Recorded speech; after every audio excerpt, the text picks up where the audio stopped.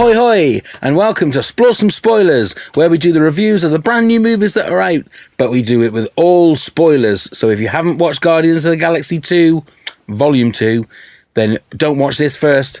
Go and see Guardians of the Galaxy 2, then come and see this. So what did I think of the movie? Well, I've seen it twice in the last 2 days, so I've been very lucky to be able to see it because our friends over in America and other places have still got another week to wait. So basically, I loved it. It's got one of the best opening credits sequences that you'll see. It's the scene that you've seen in the trailers where the monster comes down, but all of the information that you want to see, all of the action is going on in the background while little baby Groot is dancing along to Mr. Blue Sky by ELO. It's a fantastic scene. Let me go through some of the bits that I really loved. The one thing about the first Guardians of the Galaxy was the mix of emotion and also the mix of fantastic action and comedy. This movie has the same thing, although in parts it is quite similar. They progress the story with Star-Lord, as you know from the trailers that Kurt Russell plays Ego, which is Star-Lord's dad. But he's not all as it seems. He's got a bit of an ulterior motive. Peter Quill has this power inside him that makes him part celestial, part god, and Kurt Russell needs that power so that he can basically destroy the whole of the universe for himself. That's his purpose as a god, basically. To the point that one of the reasons that Kurt Russell came to Earth was to impregnate a woman so that he could have some offspring, but he ended up also giving Peter Quill's mother the brain tumor that she died from, which wasn't a very nice thing to do.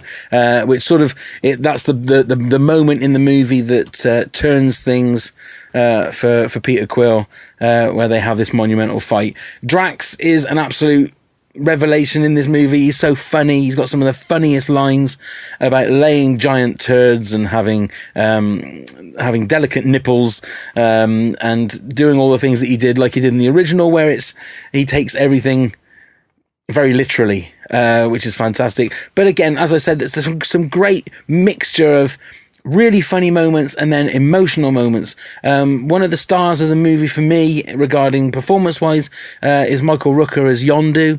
Has a really fantastic, just a really interesting arc. Unfortunately, he dies at the end, but he dies by sacrificing himself for his surrogate son, Peter Quill.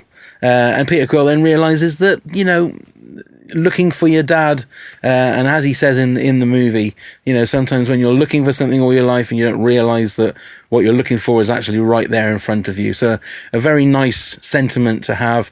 The movie looks absolutely beautiful. The first time we saw it was in 3D, and I'm not a fan of 3D. It was just the way that the showings worked at the cinema. And for some reason, when I came out of seeing it the first time, I wasn't blown away by it. I don't know whether it was the 3D that it distracted me, but when I saw it today for the second time, so I saw it the following day and saw it in 2D, it hit home a lot more. I felt a lot more emotional about it the second time. The use of music, as in the first one, was spot on. It was absolutely spot on. A great use at the start of the movie of what Marvel and a lot of movies are doing now, where they de-age Kurt Russell. They make him sort of, it's 1980, so it's the 1980s Kurt Russell with Jim Morrison sort of flowing hair. And I just realised today Sylvester Stallone is in it. He plays one of the Ravagers in another sort of ravaging gang. And I only realised today that it's a Tango and Cash reunion, although they don't spend any time on screen together.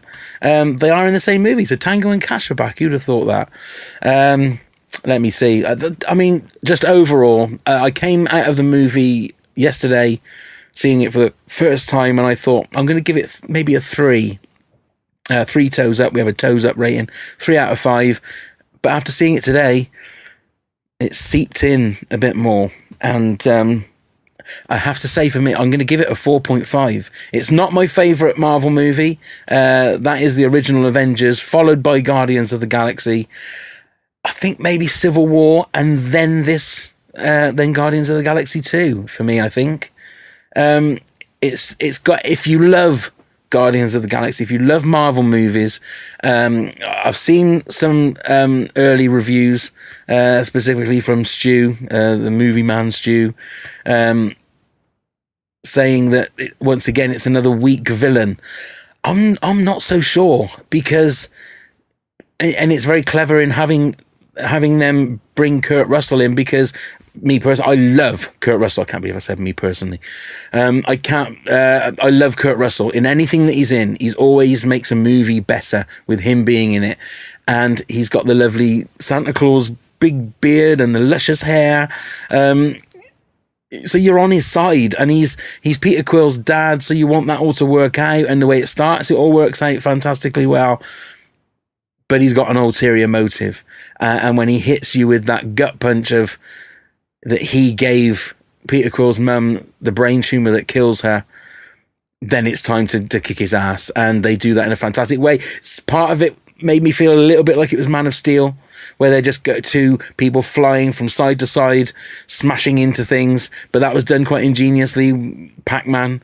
Stan Lee makes his wonderful return as in his bits and pieces that he does. He's in it twice. One of the stings. There's some interesting bits I need to do some research with. It was just a great movie. I don't want to go on. I could go on I've already recorded one of these and it went on for half an hour and it was way too long. So I've done another one that's a bit more truncated, a bit more shorter, and just to get my feelings out of what the movie is. It's a great movie. Go and see the movie.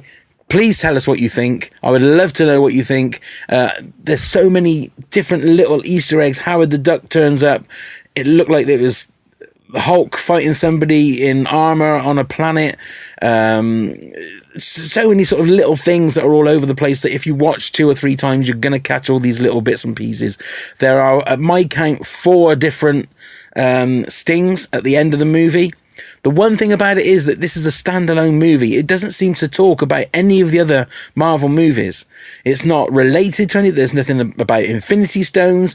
Nebula talks about Thanos a couple of times, but there's no tissue that moves it to another movie or a little lead into Thor, which I thought they were going to do. There's none of that, which I found quite refreshing. I found it quite interesting that they didn't want, it's just a standalone little piece. I'm sure there are bits that are going to make sense somewhere down the line, but that was the thing that I found really interesting, the fact that it wasn't leading into anything. So there you go.